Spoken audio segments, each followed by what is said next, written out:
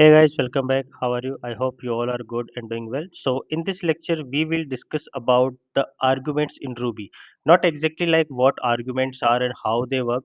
We already know that whenever we use a method in Ruby, so it is possible that method accepts some argument, and to call that method, you need to supply some argument to that method to get its output. Okay, but in this lecture, we will discuss about the positional versus key arguments. Here you can see attributes. So it's just arguments. So what are the positional arguments and what are the key arguments? And you might have deal with this as well, but sometimes while giving answer to that, like what are the positional arguments, what says what are the key arguments, and when to use which one, or in which scenario positional arguments are better and in which scenario key arguments are better, or how to use them. So we need to differentiate it properly. Okay, and we must understand that what are positional arguments and what are key arguments. Okay, so let me show you through a very simple example. So let's go to the IRB console. So let's say we have a method in Ruby, let's say print name. Okay, and that can accept, let's increase the font size, so it can accept first name and then last name. Okay, and here I can say, like, let's say puts first name and then last name.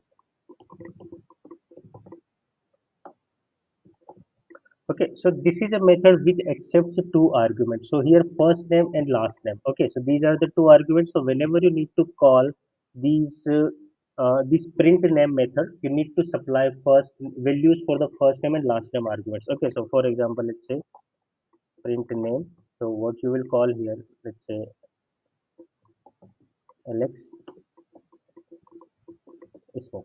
Okay, so it will print Alex Smith. Okay, so here the Alex will be assigned to the first name and Smith will be assigned to the last name. Okay, and this is called the positional argument. Okay, why positional? Because here it doesn't matter that what value you are trying to get for first name. Okay, if you pass print name Smith and then Alex, then the Smith will be passed to the first name and Alex will be passed to the last name. Okay, for example, let's say just make it like Smith and then here pass Alex. Okay, so now when you call this method, the Smith will be assigned to the first name and Alex will be assigned to the last name. So the output will be Smith Alex. Okay, so here you can think that first name is should be Alex and last name should be Smith, but your method is returning Smith Alex, and that is the reason that it is called the positional arguments. Okay, why? Because whatever the value you are supplying or whatever the value you are passing while calling this print name method, it will be assigned to its positional value. Okay, so here this first argument will be assigned to the first name and the last argument will be assigned to the last name, or the next argument will be assigned to the its proper position. Okay, and on the other hand we also have key attributes. Okay, so key attributes work like, for example, let's say we have a method here and the key attributes works like this. So here you provide arguments as the key. Okay, so here you can see, sorry,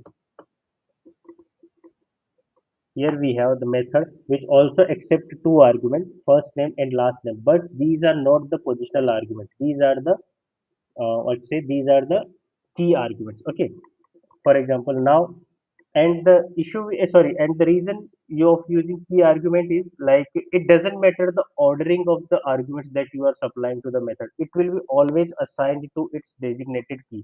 Okay, for example, let's say here if you apply last name at Smith and first name as Alex. Okay, so when you call this method, you will see output as Alex Smith. Okay, and if you supply something like, let's say, first name as Alex and then change the position of last name,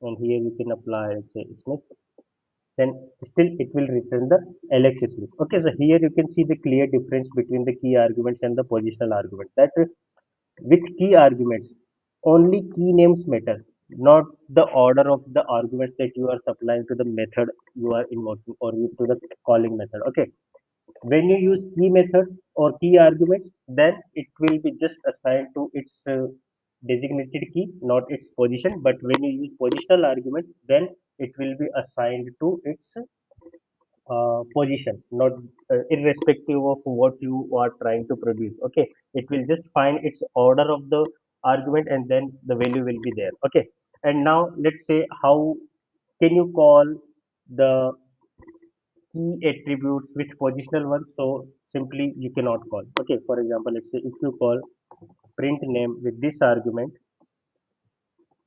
Alex and then Smith,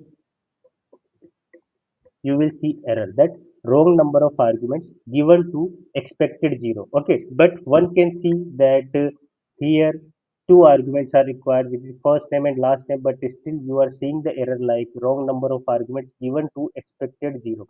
So why we are seeing this error? Because you have passed positional argument, but this method is not accepting the positional argument, it is accepting the key arguments. Okay, and the if you move forward with in the error message, you can see require keywords first name and last name. Okay, so now you need to call it like this. So here you can see if you pass first name and then if you pass last name,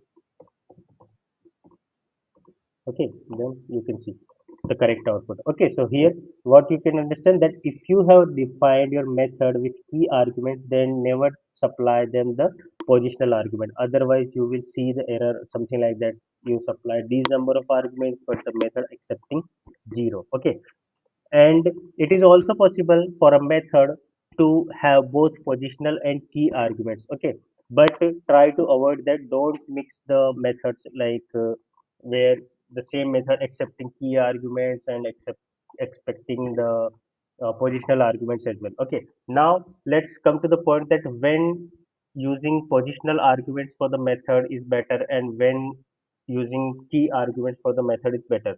So the simple answer is, like, if your methods are very short or if your methods require very less number of arguments, let's say for example these two arguments. Okay, so in that case this is fine if you are supplying positional arguments. Okay, but let's say if your method requires lot of arguments, let's say 5 arguments, 7 arguments. Okay, and sometimes it requires, let's say for example, if you are running something in the background job and then you have to pass the form params to the background job. So in that case you can simply use as a hash for the param, but sometimes if you need to pass multiple arguments, let's say 8 to 10 arguments or 5 to 7 arguments, then it would be better if you use key arguments, because in that case you then don't have to be dependent on the ordering of the arguments.